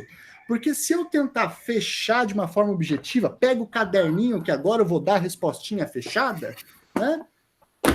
Eu vou estar mentindo, necessariamente. Ou, pior do que estar mentindo, eu vou estar dando a falsa impressão que eu sei a resposta decisiva sobre o que é o direito. E aí eu estarei sendo absolutamente arrogante, porque ninguém sabe, né? A gente consegue, mais ou menos, identificar o que é o direito hoje. E consegue, com alguns estudos, com algumas técnicas, com muito esforço, com leitura de fontes, com reflexão, o que foi o direito ontem. Agora, se o direito continuará tendo essa mesma estrutura, e se ele continuará a existir, eventualmente, isso a gente já não tem mais condições de avaliar. Então, tentando fazer essa quadratura do círculo, é uma técnica social, então eu me coloco aqui no campo do positivismo jurídico, no sentido de que eu não acredito que o direito vem da natureza ou de uma posição prévia, mas o direito é filho da vontade, ele é filho da sociedade, e, portanto, ele é mutável, ele é cheio de valores políticos, ele é cheio de intrigas, ele é cheio de brigas, ele é cheio de opiniões, ele é cheio de moralismo. O seu conteúdo é todo formatado pela cultura de um povo momentâneo que ele está estabelecido, né? Tem toda essa característica. Mas, ao mesmo tempo, o direito é esse eterno esforço de fazer que, apesar disso tudo, é possível se encontrar a distinção dele frente às outras áreas do saber. E aí, cada época constrói esse discurso, né? Hoje, século XXI, nós estamos numa crise epistemológica sobre o direito. Porque nós estamos numa encruzilhada teórica em que aquilo que se chama de pós-positivismo, neoconstitucionalismo, entre outras jargões, que é bom para vender livro, né, que circula por aí, que mais ou menos, na verdade, estão borrando, né, o que nós conhecíamos como direito antes, que estava mais preso a um paradigma kelseniano, ou hartiano, ou austiniano, ou alguma coisa assim. E a gente está passando agora, a gente está atravessando esse rio agora, né? Aonde a gente vai chegar, difícil dizer com muita clareza. E é natural que a gente passe esse rio e que as coisas modifiquem. Então, a gente sempre consegue dar respostas provisórias. Hoje, a gente consegue falar que o direito está próximo da figura da lei, por exemplo, coisa que não estava antes, né? Não sei se vocês sabem, mas a lei, ou seja, essa frase breve emitida por um Estado, normalmente em formato imperativo, que obriga, proíbe ou permite o indivíduo a fazer tal coisa, essa coisa, a lei, ela só é relevante de um ponto de vista das fontes do direito a partir do século XIX, ou seja, os 1800. Isso é anteontem em termos de história do direito. E se eu falar, então, que o direito é o estudo das leis, vamos pensar aí, né? Você pergunta na rua, o que é direito? Ah, é o estudo das leis.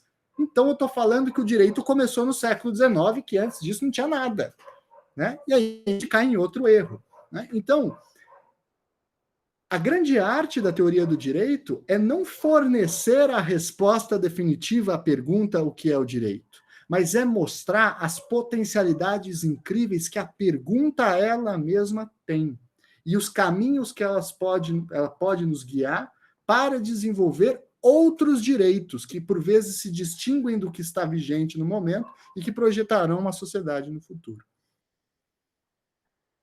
Ou seja, eu não respondi, né? Não, excelente. Acho que foi a melhor resposta possível. Sensacional. Muito obrigado por essa resposta. E antes de a gente caminhar para o encerramento, eu gostaria de ler algumas perguntas que os alunos enviaram, e parece que foram algumas, então, se você puder tentar responder aqui nos próximos minutos. A primeira aqui que eu achei bastante interessante, que junta com uma coisa que eu queria perguntar também, aqui pergunta, o que motivou a criar o Salvo Melhor Juízo e a tentar ensinar o direito além da dogmática? E aí eu complemento perguntando como que é encarado a produção de conteúdo de direito fora da academia. Uma produção que é sólida, que é teórica, mas é fora da academia. Uhum. Olha, por que eu fiz Salvo Melhor Juízo? Eu já escutava podcast já fazia um tempo. Eu comecei a escutar podcast, era o quê? 2011, 2010, mais ou menos. Então, eu já era um fã da mídia. E aí eu fazia doutorado aqui em Curitiba, na Universidade Federal, e a gente tinha as aulas e tal, lia os textos, entrava em alguns debates, blá, blá, blá, mas sempre depois a gente ia tomar um cafezinho aqui perto do centro de Curitiba, na Praça Tiradentes ali, eu e alguns amigos, e a gente tinha conversas homéricas, incríveis, magníficas. Eu olhava assim os meus colegas e falei, puta, essa galera é muito inteligente, olha o que esses caras conhecem, de onde sabem essas coisas. Eu ficava embasbacado, assim, né?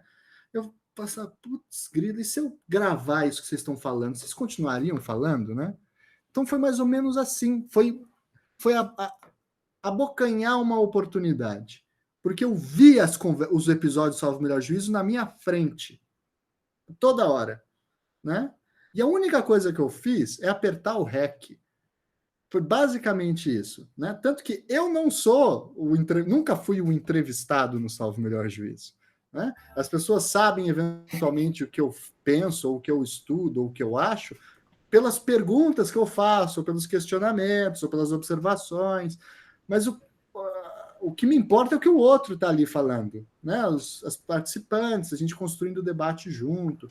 Então foi um pouco nisso. E aí somou uma outra questão, que era, a partir de 2014, eu tomei essa decisão profissional, que era de me dedicar integralmente à docência, ser só professor, né? Parar de trabalhar, né? E só dar aula, né?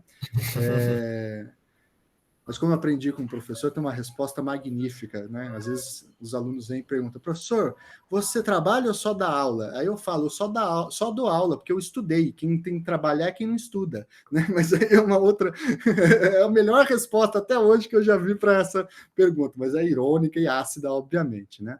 Mas aí eu falo assim, puta, se eu vou virar professor em tempo integral, então eu queria, na verdade, não é que eu precisava, né? Eu queria... O que eu posso fazer a mais? Né? E como vocês já repararam, eu falo pelos cotovelos, né? E sempre foi assim. Né? Minha personalidade sempre foi muito expansiva, falastrona, coisa e tal. E eu falei, eu gosto de escrever artigos, textos, mas a atividade exclusivamente acadêmica às vezes é muito silenciosa, solitária, entristecida, depressiva.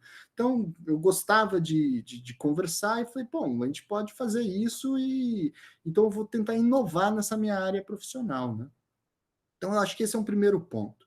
Segundo ponto, que eu sei que, por vezes, parece que foi um pioneirismo da minha parte, né? Porque eu comecei a gravar programas sobre direito e divulgar isso, e aí pareceu uma coisa nova, diferente, de fato foi, mas isso não é tão novo assim, né? Por exemplo, o Pierre Bourdieu, o famoso sociólogo francês, ele tinha programas de rádio em que ele falava toda semana sobre sociologia. O Evans Pritchard, por exemplo, o seu livro Antropologia Social, do Evans Pritchard, é a transcrição de um programa de rádio na BBC que ele tinha. Né? Hoje, gerações e gerações de antropólogos se formam conhecendo o que é antropologia, lendo esse livrinho do Evans Pritchard, que nada mais é do que coletâneas de episódios de podcasts transcritos. Né? Ou seja, não é lá uma grande novidade. Muitos outros acadêmicos já fizeram isso. Edgar Roquette Pinto, a primeira rádio que surgiu no Brasil em 1922, se eu não estou enganado, e o primeiro programa de rádio que circulou no Brasil era um programa educativo de divulgação científica do Museu Nacional. Né? Então, assim, isso é muito tradicional e por vezes se perdeu. Né? Então, e aí tem outro ponto. Isso é fora da academia? Eu já não sei se isso é fora da academia. Me parece que é uma forma de divulgação científica.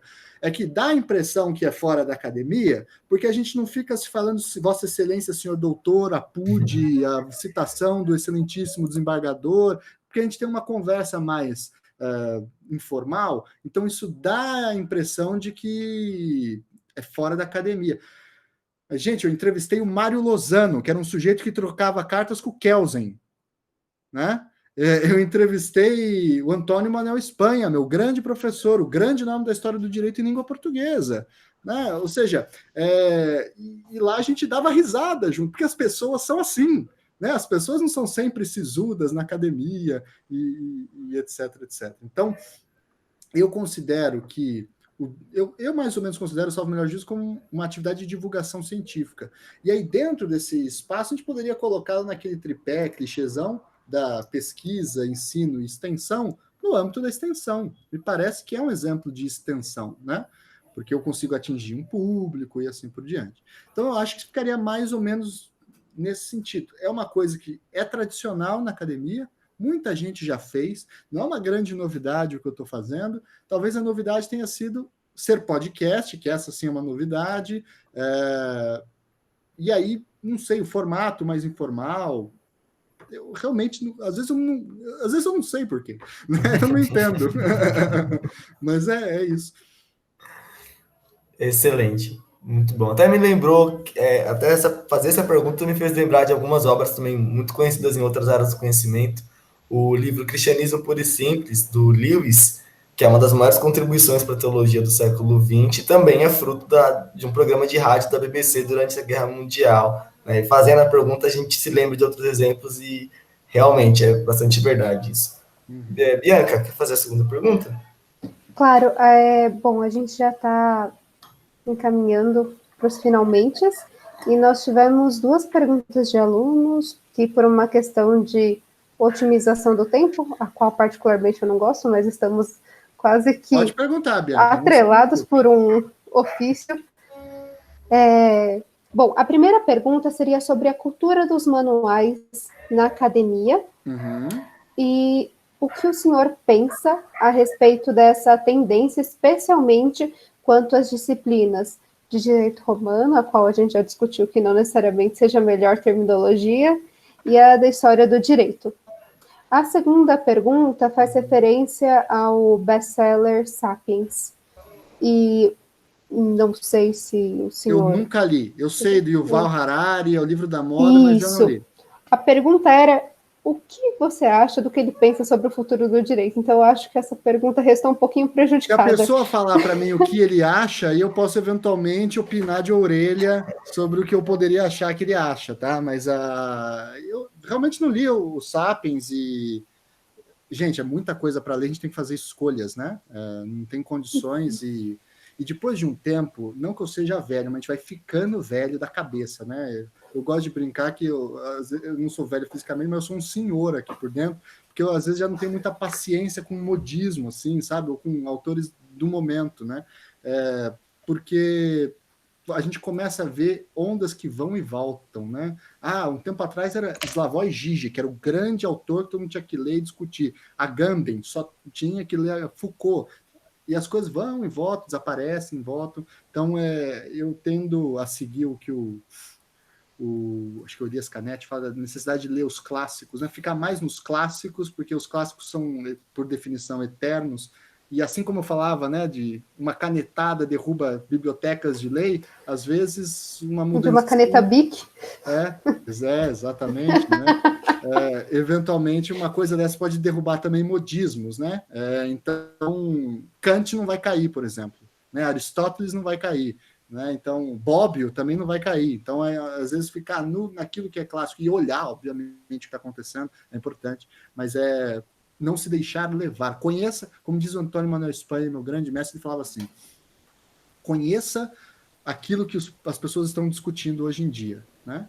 Mas jamais se deixe levar por aquilo que está sendo discutido. Tente entender o porquê que aquelas pessoas querem discutir aquilo que está sendo discutido, né? Ou seja, tente entender as perguntas que levaram àquela discussão, mais do que quais foram aquelas respostas que estão sendo debatidas naquele exato momento, né? Se você me permite, então, só reformulando para que o aluno que fez a pergunta não reste quase o filho sem pai, sem mãe, sem resposta alguma. Então, o que você pensa a respeito do futuro do direito? Quais são as suas previsões? Tentando, de alguma forma, se você não for responder na visão que você pensa de que alguém acha, o que você acha? Olha, eu tinha mais certezas no passado do que hoje, né? Hoje eu tenho pouquíssimas certezas. Eu não sei o que vai acontecer mês que vem. Então, imagina sobre o futuro, ainda mais que a gente está passando exatamente num momento de crise, né? E que, sendo crise, é um momento de oportunidade, é um momento de decisão, né? A palavra crise vem do grego e significa também tomada de decisão, né? A crise sempre tem essa dimensão, é algo traumático, mas que, por ser traumático, exige movimento, exige ação. Então, necessariamente, a gente está passando por uma mudança, não só no direito, mas na sociedade como um todo, e aí, a reboque, as coisas vão se alterando de forma mais conglobante, assim, né? Bom, mas antes de falar disso, sobre a cultura manualesca, né, que se falou, e a questão dos manuais. Bom, vamos lá. Tem muitos poréns que devem ser colocados nessa questão.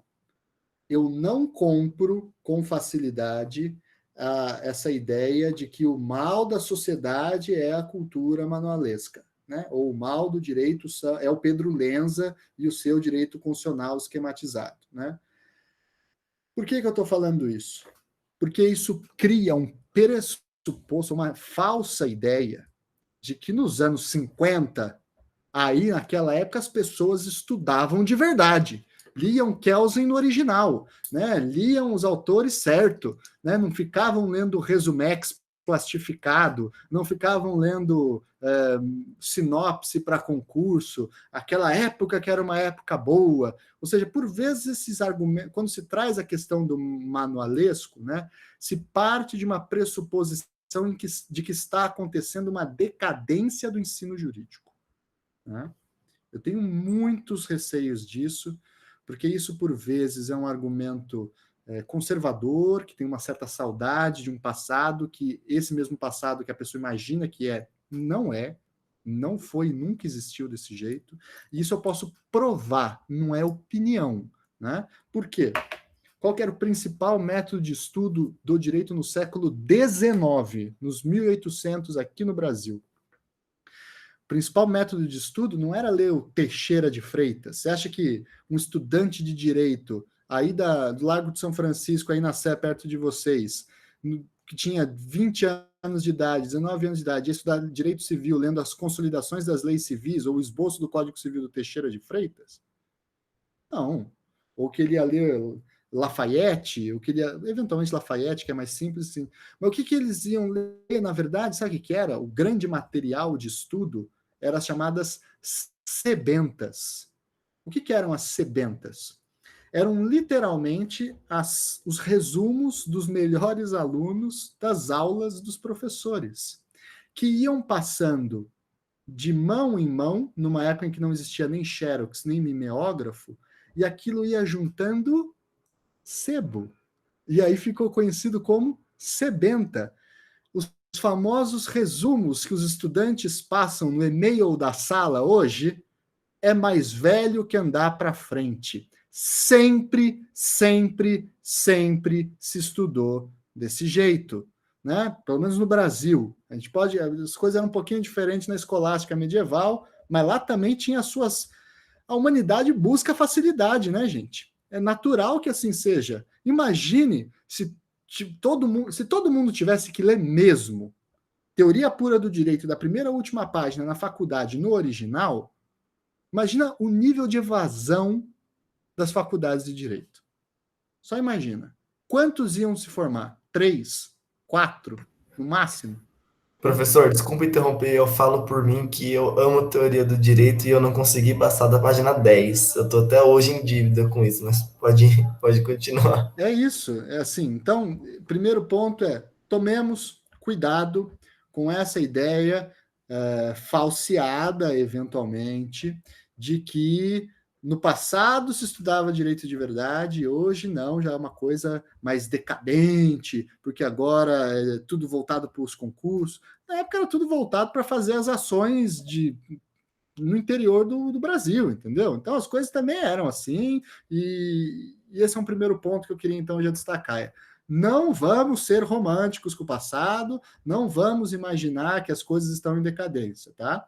Segundo ponto, com relação aos manuais em si, nós temos sim problemas com os manuais, tá? E eu posso falar aqui da minha área, mais voltada para a história do direito. Teoria do direito, nós temos bons manuais de teoria do direito, tá? Temos bons manuais de teoria do direito, manuais que são manuais, né, gente? Lembrem-se, eles têm uma função imediata de fornecer subsídios e respostas breves e introdutórias. Então, o manual é o começo, não é o fim. O problema é se você só fica no manual. A pessoa que confunde conhecer direito civil com ler Silvio de Salvo Venosi, só, né? Isso é um problema, tá?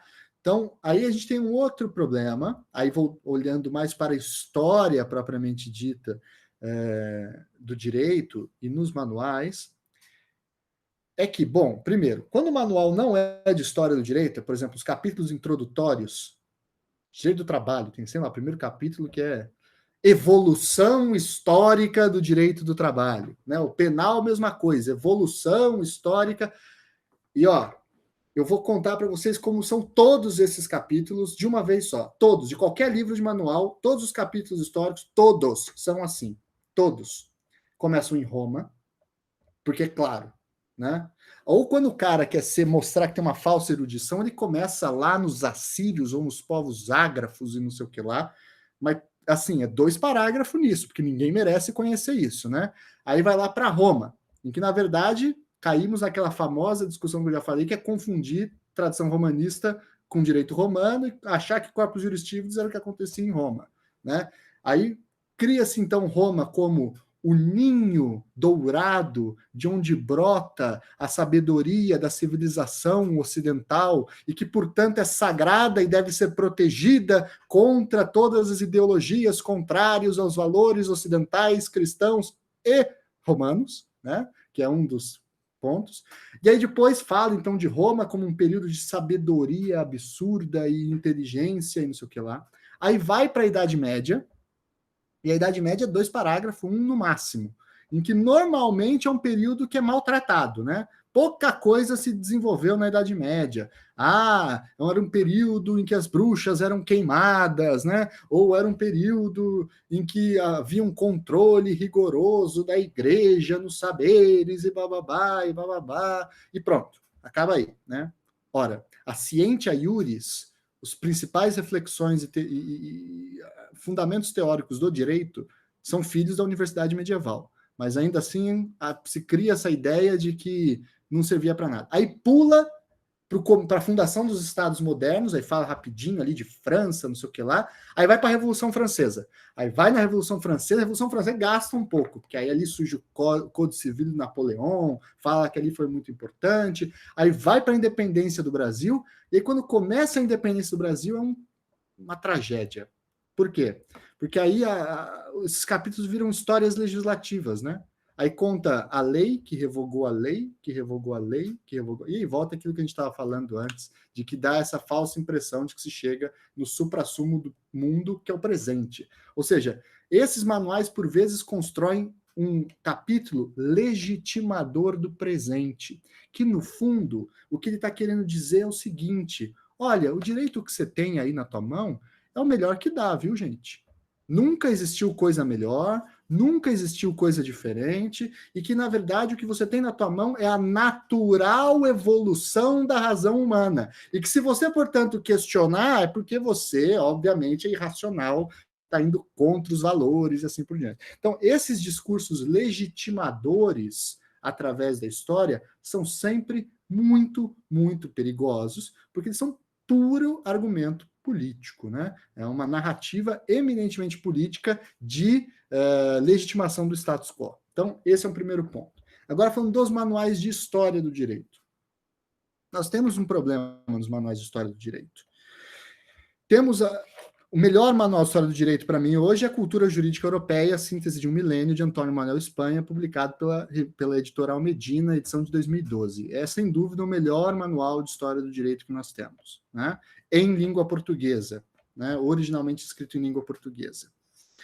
Agora, nós temos um problema que é o seguinte: quando você trata a sério a história, você começa a notar que não dá para caber 2.000 anos em um livro de 150 páginas, 300 páginas, 500 páginas, 1.000 páginas, 10.000 páginas.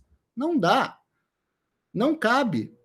A não ser que você necessariamente faça uma série de simplificações e acabe, por meio dessa série de simplificações, construindo também uma certa narrativa que simplifica as coisas.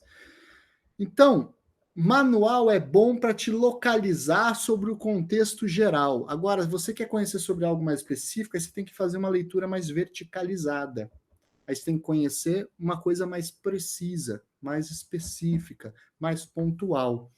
Então, nos cursos de História do Direito que eu dou aqui na Federal, por exemplo, e até em Teoria do Direito, eu não falo assim, galera, a gente vai adotar esse manual, então vocês já vão lendo aí, e aí todas as aulas, o que eu vou fazer mesmo, é, em alguma medida, redizer o que já está escrito no manual. Primeiro que seja uma sacanagem com os alunos, né? E segundo que uma sacanagem comigo, porque eu estaria rifando a minha cabeça para o manual, né? Eu estou, na verdade, transferindo o que eu penso para o que o outro pensa. Então, o manual é o que é um apoio, é um apoio. Agora, eu sempre tento produzir cursos com textos esparsos, trechos de textos, e com reflexões, com perguntas, com debates, porque o conhecimento não se confunde com o suporte textual onde ele está. O conhecimento não é o texto. O conhecimento é a discussão e a reflexão que o texto promove, né? Então, quanto mais pluralidade de vozes você tiver, mais interessante e sofisticado vai ser seu conhecimento. Por isso que um manual ele é sempre uma simplificação e ele pode ser uma traição, né? Mas, ao mesmo tempo, e aí eu me sinto mal quando falo essas coisas, essa é a verdade. Porque, ao mesmo tempo, tem que ter, né, gente? Tem que ter. Porque ninguém tem a obrigação de, na faculdade de Direito, no primeiro ano, que você tem 6, 7, 8 disciplinas, você fazer um curso de História do Direito em que você vai ter que ler pra caceta. Não dá, né? Então, como é que a gente equilibra essas duas coisas? A gente tem que conseguir ter um manual de apoio, que eu sempre falo, só que o que importa, nas minhas aulas são assim pelo menos, o que importa, de verdade, é o que a gente discute aqui, e nem tanto o que está nos textos, porque o que eu falo não está no manual. Tem um trecho no manual, tem um trecho no outro texto, tem coisas que eu nem sei de onde eu tirei, porque já li faz tempo, e aí aquilo já é misturando com a tua memória, com a tua cabeça, e aí você já não sabe de onde... É isso, tem isso também, né? Que o conhecimento é um produto humano, né? Da cultura humana. E sobre o futuro, né? Essa é uma pergunta muito difícil. Ela é muito difícil porque, de fato, ela exigiria aquilo que eu sou treinado a negar, que é falar sobre o futuro. Eu sou treinado a falar sobre o passado como historiador, né? E aí, eventualmente, entender os contrastes e as condições que geraram o presente. O futuro não existe, né? O futuro não é um objeto possível, né? O futuro é o porvir. E o futuro é, por definição, algo que não pode ser apreendido cientificamente. Não existe ciência do futuro, né? Obviamente que você pode fazer, descobrir nas ciências naturais algumas regras repetitivas que podem dar... Vai amanhecer amanhã, prometo para vocês que amanhã amanhece, tá? Não tenham medo disso. Isso não é adivinhação do futuro, isso é compreensão da realidade do presente, né? E das regras que condicionam o presente. Agora, o futuro humano, que é eminentemente construído socialmente, é produzido por tantas e tantas variáveis tantas e tantas variáveis e também por um cadinho de imprevisibilidade, que às vezes é um cadinho que gera um resultado imenso, né? Em que é uma pergunta que, no fundo, eu entendo a instigação, porque, sobretudo quando o estudante está no primeiro ano, está vendo o Brasil pegando fogo, literalmente, já não sabe mais o que vai ser, está vendo as coisas tudo alterando, e pergunta, professor, você que já estudou, que conhece as coisas, que leu uns trecos aí, fala aí para nós, o que está acontecendo, como que vai ser? Não dá, gente, não dá mesmo. Essa angústia e essa ansiedade que cala no coração de vocês, cala no meu também, né? Cala no meu também. Então, falar sobre o futuro, para mim, a única forma de falar sobre o futuro é estudando o presente. Aí sim, e até mesmo o passado, né? O passado e o presente podem ajudar a mostrar as condições que estão sendo criadas para a formação de um futuro. Por exemplo, eu posso fazer uma adivinhação do futuro aqui. Eu tenho certeza absoluta que nos próximos 10, 20, 30, século, Brasil não será uma colônia de Portugal. Eu posso dizer isso agora. Porque seria... Pode ser até que eu seja atraído, porque vem uma coisa, um OVNI português e domine a terra, sei lá. Pode ser, mas com as condições que nós temos hoje, no presente, é impossível isso acontecer. Então a gente consegue ter esse mínimo de previsibilidade. Agora eu não consigo falar a mesma coisa dos Estados Unidos. Dá para entender? É mais ou menos isso. O presente nos consegue dar indícios de possíveis futuros. Ou seja, futuros que fazem sentido, que são lógicos, mas ele não consegue resolver e explicar com clareza qual será o futuro do direito, né? Qual será o futuro da sociedade, qual será o futuro da teoria, né? Agora, nós temos indícios. Não tenho dúvida que a questão tecnológica vai perpassar esse futuro, a inteligência artificial vai perpassar esse futuro. Eu não tenho dúvidas que problemas advindos de sociedades de massa muito populosas vão gerar novos eventos e efeitos jurídicos que gerarão novas questões. Eu não tenho dúvidas também que a biotecnologia e a possibilidade cada vez mais presente de nós alterarmos a nossa constituição corporal e eventualmente nos transformarmos cada vez mais próximo de ciborgues ou pós-humanos ou coisa e tal, vai gerar efeitos no direito. Eu não tenho dúvidas que se tiver a possibilidade de, como alguns já fazem nos Estados Unidos estudos, de você tentar extrair o que seria mais ou menos a estrutura formal do cérebro e tentar reproduzi-la em computador com vias a fazer um possível upload do cérebro humano para um computador, gerando a real imortalidade no cyberespaço. Isso já está, parece ficção científica maluca, mas isso é seriamente discutido nos Estados Unidos hoje, em universidades de ponta. Isso vai gerar efeitos no direito. Eu não tenho dúvida. Quais os efeitos? Que a crise ambiental vai gerar problemas sérios no direito? Eu não tenho dúvida. Que a crise econômica vai gerar efeitos no direito? Eu não tenho dúvida. E o esgotamento dos recursos naturais? Eu não tenho dúvida. Agora, como? De que maneira? São tantas variáveis que qualquer resposta é necessariamente uma resposta perigosa e eminentemente política, na verdade, que a pessoa quer que aconteça ou quer dar a entender que vai acontecer para reforçar um presente e não para falar sobre o futuro ele mesmo. Ótimo, professor. Professor Tiago, a gente agradece muito a participação do senhor aqui, é uma honra gigantesca para a gente. Imagina. A gente sonhava com esse bate-papo há meses, praticamente. A gente sempre comentava. Obrigado. Agradeço também a Navas, o pessoal de palestras do CA, todo o grupo que também se envolveu aqui, que não aparece no vídeo de fato, mas que lutou bastante para fazer essa noite ser bem especial para a gente, os ouvintes.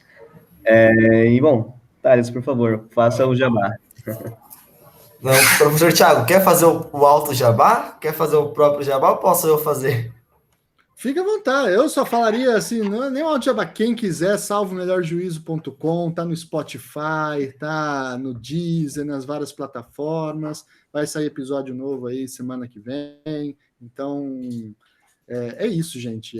Obrigado pelo convite, foi um imenso prazer falar com vocês. Estou sempre à disposição, é parte do meu trabalho. Eu sou servidor público federal, em dedicação exclusiva na academia. É realmente parte do meu trabalho participar da divulgação científica e promover esse tipo de debate. Professor, muito obrigado. Foi um imenso prazer receber o senhor aqui. Saiba que as portas estarão sempre abertas no que depender de nós, dos nossos esforços para tê-lo de volta. Foi bastante agregador e esperamos, quem sabe, no futuro, continuar com outros eventos também. Só pedir para você ficar mais um pouquinho aqui com a gente no link, porque a gente vai tirar uma fotinho depois, com certeza.